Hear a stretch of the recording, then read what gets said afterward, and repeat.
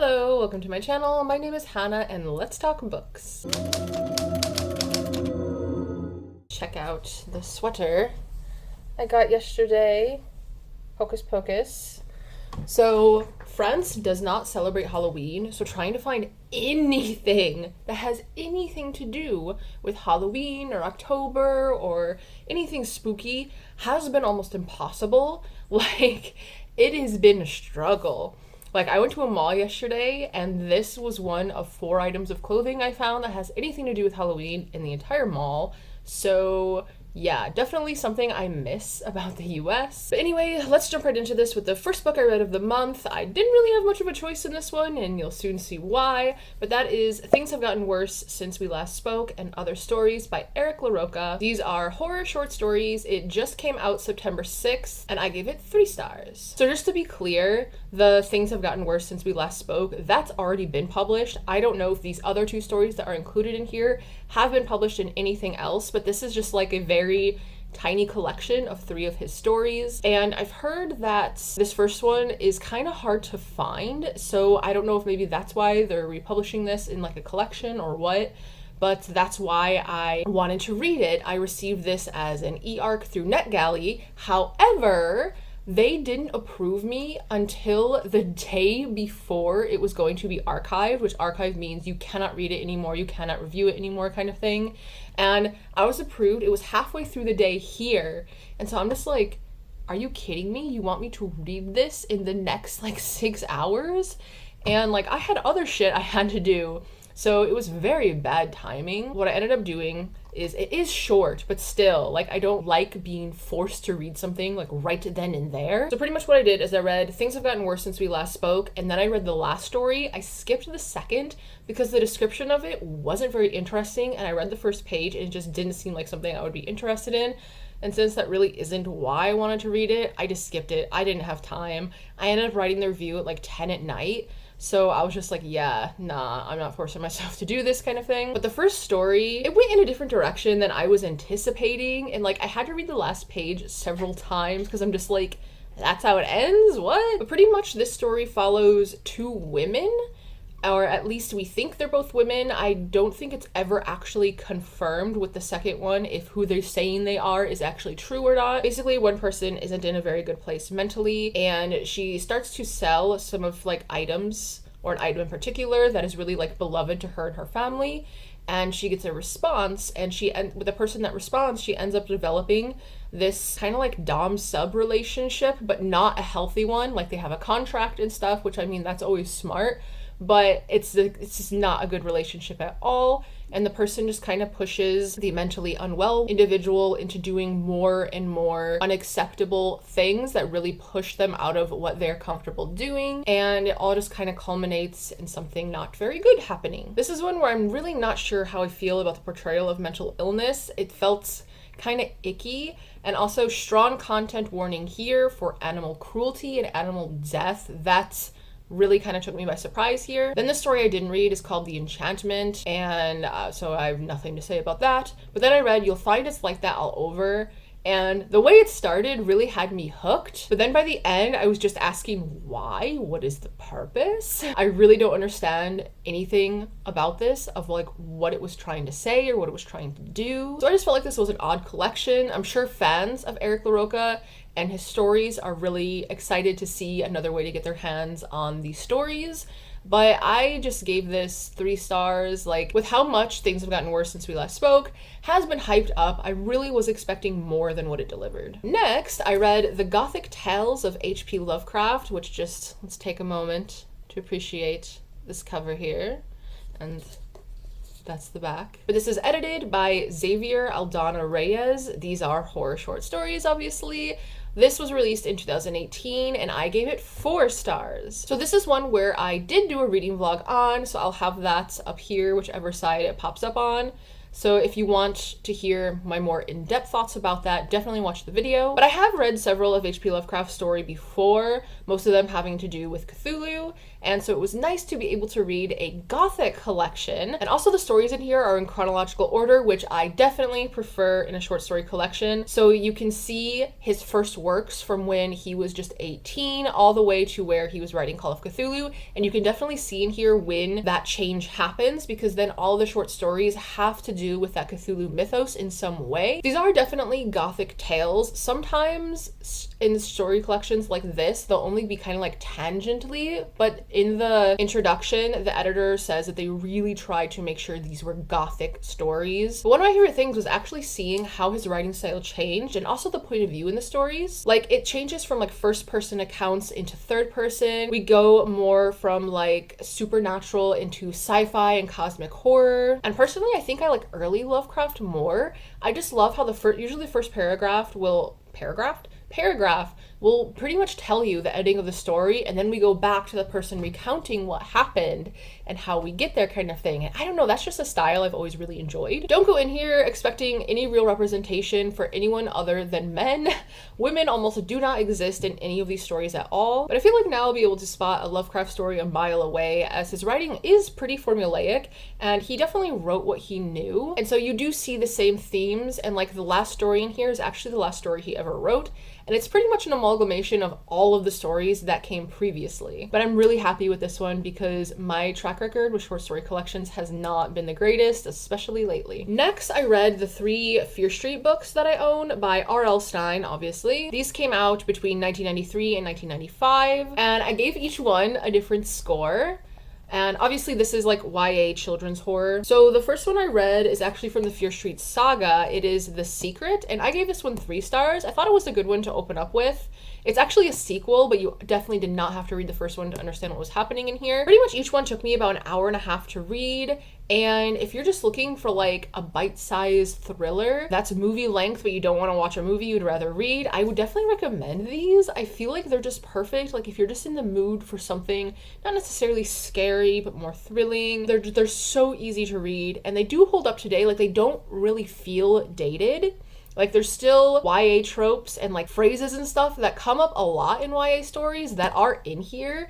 And so like that hasn't changed much to today. But then the second one I read was Final Grade, I think. This one I actually gave 4 stars. I thought this would be the one that I would like the least, but this was the one that was actually the closest to being straight up scary to me, and I think it's because the horror in here was a lot more real. Like it's something that actually happens in real life, kind of thing. And then the last one I read was the one that I thought I would like the most, and that's Switched, and apparently it's one of R.L Stine's favorite that he's written, but I only gave this 2 stars. I did not like the representation of mental illness in here, and honestly the main character was just insufferable.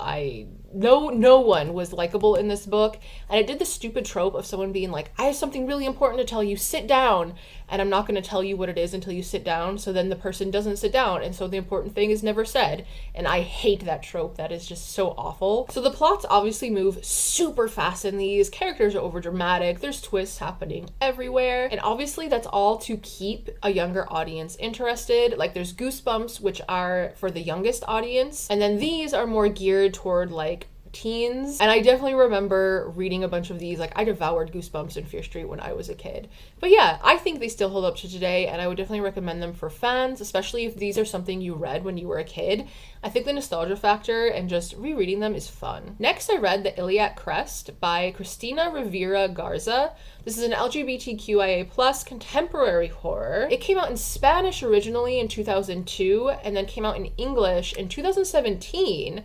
And I give this 4 stars. So I'm actually borrowing this from my friend Ketavan. She also is here on BookTube. But essentially this book follows an unnamed narrator, and he has to kind of deal with like 3 women who keep telling him that he's a woman, but he's just like, no, I'm a man, like what are you talking about? So pretty much these characters just kind of like almost force themselves into his life. Like it's not people he really like invited into his home or anything, and he's just a very, very, very confused person. My review of this also sums up my thoughts perfectly. I wrote, I have no idea what I just read. All I know is that I liked it. So this is a book that is definitely very confusing, and it's supposed to be about like gender identity and stuff like that. And the world that they live in here is definitely not good. Like just to go into a city, you have to have like papers and a reason for being there and stuff. And like immigrants and mentally unwell people are constantly being rounded up and like sent to this hospital that the main character actually works at. The main character, he does have like male anatomy, and he never really seems to be like questioning his identity. It's the other people that are questioning it for him, kind of thing. And so it's definitely interesting to see how he's almost kind of being like gaslit into believing something else. Like, I don't know. It's so hard to describe, but like the writing is really well done. It's almost poetic. And I don't know if my interpretation of this is correct at all. And so I kind of feel stupid trying to talk about it. But it's really short. It feels quick to read. Like, it didn't really feel dense. But you're probably going to have to read some paragraphs over again just to try to get a better understanding. And like, I feel like if I reread this, I might understand a bit more. But yeah, I think I would only recommend it if kind of gender studies or gender identity is something that you are interested in. Next, I read The Ghost Stories of Henry James, and this is where things start to go downhill. So I actually DNF'd this book. There are 10 short stories in here, and look how floppy this thing is. I love it. But I ended up reading 6 out of 10 because it pretty much got to the point where it's like, I know what I'm getting into, and I know I'm not gonna like anything else. But this edition came out in 2008. It's horror short stories, obviously, and I gave no rating. Although I think I gave it 2 stars on Goodreads, but I DNF'd this, so technically I probably shouldn't. But that's the average score of the ones that I did read. So I can officially say I'm not a fan of Henry James's writing. He's considered one of the greatest novelists of our time, and I think that is insane. Like, I really do not see anything redeeming about this. But the style is incredibly dull. He uses an insane amount of punctuation to make his sentences be paragraphs long. And to me, it just feels like he takes the roughest and most indirect path to every single destination. And so even though like the average scores of the short stories I did read is 2 stars, I feel like it should be a 1 star just because of my enjoyment. Like, in reading like this book, trying to force myself, like there were so many times where I read something and was like, I need to stop. But then I was like, but what if the next one's good? And then it wouldn't be. So, but essentially this feels like it's written by someone who thinks they're the smartest person in the room. I picked it up for ghost stories. Like it says, ghost stories. But most stories barely had a ghost, and the ones that had ghosts, they didn't do anything. Like, there was nothing. There's no buildup of tension. There's nothing scary happening. I mean, like, it's not what I was looking for, and it's 100% not for me, unfortunately. Oh God, where did this one? So after that, I had the displeasure of reading The Little Red Phone by Henry Kane. Oh, I also forgot to mention the Ghost Stories one and the Fear Street ones I also did reading vlogs on, so I'll definitely link those videos as well, so check those out if you want more in-depth thoughts. But anyway, this was the worst book of the month for me. I only ended up giving it 1 star. I also did a reading vlog on it, but this is supposed to be occult horror. Where the fuck was the occult in this? And it came out in 1982, and honestly, this is like the most dated feeling book I've ever read, and it was only written 40 years ago. Like, I was just reading stuff from like the 1800s, early 1900s that felt like it could have been written today, and this feels fucking ancient. So I would definitely recommend my reading vlog because I go very, very in depth about what is wrong with this book. And it is like a huge rant, and I don't think I've ever seen myself so animated in a video before. But what this is supposed to be about is a family that goes on a year sabbatical in their cabin in Maine. And Maine instantly makes me think of Stephen King. Their last name are the Blairs, which instantly makes you think of Linda Blair. So I'm hoping those are supposed to be references. But it's a husband and wife with 2 adopted twins. This phone starts ringing, the father answers it, and it's supposedly the voice of their deceased friend, who is actually the father of the twins, like the real bio dad kind of thing. And that's what's supposed to happen. What actually happens is content warning, rape of a minor, and incest, and a weird subplot of an emotional affair, and pretty much everything that doesn't have to do with the red phone. Like, this is a book where the actual story doesn't start until like page 80, and so I'm like, what is all this other shit for? Like, this is barely over 200 pages, and oh my God. There was one part when I got to, I was like, can I please just stop reading it now? But then I kept reading because I was hoping it would get better and because of how short it was. So Henry Kane wrote over 60 books, and over half of those are crime novels, and you can definitely tell that's his main genre. This is the last book he ever wrote, but it literally is written like it's 60s or 70s crime fiction, and so it's boring. The writing is dull. The writing style also flip-flops, which is very, very strange. It's actually very Henry James in the beginning, where there's just a ton of punctuation to make sentences longer, but then it goes very, very abrupt, where it'll be like literally one word sentences kind of thing. It is very, very strange and odd and boring and dull and dry and not what I thought I was getting into. And of course my phone's memory was full, so I just had to take care of that. So I don't remember what the hell I was talking about anymore, but 0 out of 10, don't recommend on this one. So next, I read Haroun in the Sea of Stories by Salman Rushdie. I should have checked how to say his name, because I'm not sure if that's correct.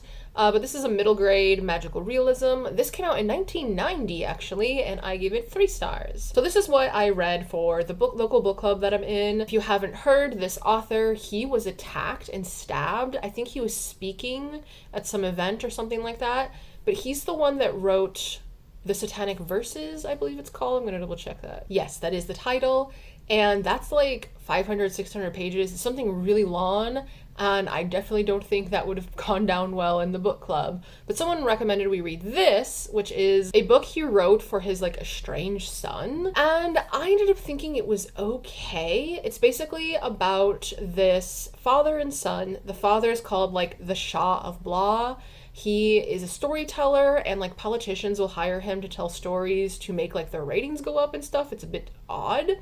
But basically one day the dad can't tell stories anymore, and the son is going with him on one of these like political campaigns things, and like he stands up on stage, the dad can't say anything, and they go on to the next town because the news hasn't like traveled that far yet. And Haroun ends up going on this adventure on this moon called like Kahani, where that's like the source of all stories and stuff. And there's basically a war about to break out there that's also affecting stories. So there's kind of a lot going on. And I thought like the first part of this was okay, but then it does get very, very repetitive. And it turns more, especially the end, into telling and not showing, which felt so odd. Like there was a lot that happened off screen. It really just felt like he needed to end it, realized how long the book already was, and was just like, all right, we're just gonna stop here kind of thing. It was very rushed, and so like the whole climax just felt like an afterthought. But obviously I'm not the target audience for this. Like this is pretty much a children's book. It's meant to be read like out loud to a child, so there is a lot of like whimsy and stuff, but I feel like it just could have leaned harder into that. Like a lot of the characters aren't interesting, and the names are definitely very odd, but there is an explanation for the names at the back of the book. But I don't know. I felt this was okay, and I will be talking about it at my book club this Sunday, actually. So lastly, I read The Dark Between the Trees by Fiona Barnett. This is historical fiction / horror / mystery. This comes out October 11th of this year, and I gave it 3 stars. So this is another e-arc that I read. So this is a dual timeline book. So like each chapter flip-flops between like present day and the 1700s actually. So in one timeline, we're following this group of 5 women who are going into this forest that is basically fenced off and like you normally cannot go into. But they're kind of going on this expedition to find the group that's in the 1700 timeline. And they are like this large group of soldiers. They get attacked. They run into this forest for cover and stuff. And basically shit happens from there. Everything goes downhill very fast from there. And that group was never seen again. So that's who they're trying to find. And so in each timeline, the same kind of things are happening to each group. And so I think that's why the story felt very slow. Like you would read a chapter about something happening to this group, and then the next chapter would be about the same thing happening to the other group. So it was almost like a sense of like deja vu, and to some people it might be very repetitive. One issue I ran into is that the group of 5 women, I could only distinguish 2 of them out of the group, Alice and Nuria. The other 3, Kim, Sue, and Helly were their names. I could not tell them apart. To me, they were just one character. There was just nothing about their personalities, demeanor, or anything that could distinguish them for me, and so I could never, ever tell them apart. Like, it was weird. I don't think I've ever had that happen, or at least to that extent in a book before, and I did not like it. So for most of this book, I actually thought I was going to rate it 4 stars. I love a spooky story set in the woods where there's some creature or something supernatural going on. Like, that is my jam. I love that. But then the ending happened, and that definitely took a star off for me, because part of the intrigue is like there's such this buildup of like tension and like something's gonna happen kind of thing. And along the way, these crazy things are happening where you're like, okay, well, we're gonna get answers at some point. And so you're kind of theorizing and trying to think of how this is all gonna work at the end. And then it just ends. Like it's like the story is climbing, and then just drops off a cliff. Like I was shocked. And I had seen, like, I was reading it on my tablet, and so I'm seeing the percentage get closer and closer to 100%, and I'm like, where's the climax of this book? What is gonna happen? And then I knew there were only 25 chapters, so when I got to the 25th chapter, I was like, where's the end to this book? And then it just stopped, and I was like, can we not? So this is definitely one of the books where almost nothing is answered, and I hate it. I hate that so much. There are some books where I think like that's really well done and that fits with the story, but here I felt like the entire point of the book was for us to get answers. So not having that at the end was just weird, and it just felt like everything I was interested in with this story didn't matter at the end. But the writing itself here is just okay, I think. I noticed that there are like several words that they would use a lot throughout the story. It wasn't enough to be distracting, but it was enough to where I noticed it. We do spend a lot of time in the characters' heads. Like, we don't just follow one perspective from each group. Like, we follow a ton of different perspectives, and we're like constantly hearing what they're thinking, feeling, doing kind of thing. And I do think the author did a good job at building up like that fear among the groups and like that hysteria that can happen when crazy shit is going on. And so I felt like the character's fear was quite tangible. So overall on this one, I enjoyed the ride, but the destination was just too abrupt. It literally, like, you're just going, and then it's like you hit a wall, and that's it. And oh man. So on one hand, I do want to follow this author and like whatever they're gonna come out with. But on the other hand, I'm like, I don't want another ending like that. I'm filming this on the 29th, so it's the day before the last day of the month. So there is a book that I might finish before we actually hit October, but I needed to film this, so it's just gonna go in the next one. But thank you for hanging out with me. It is always appreciated. And until next time, bonne journée and au revoir.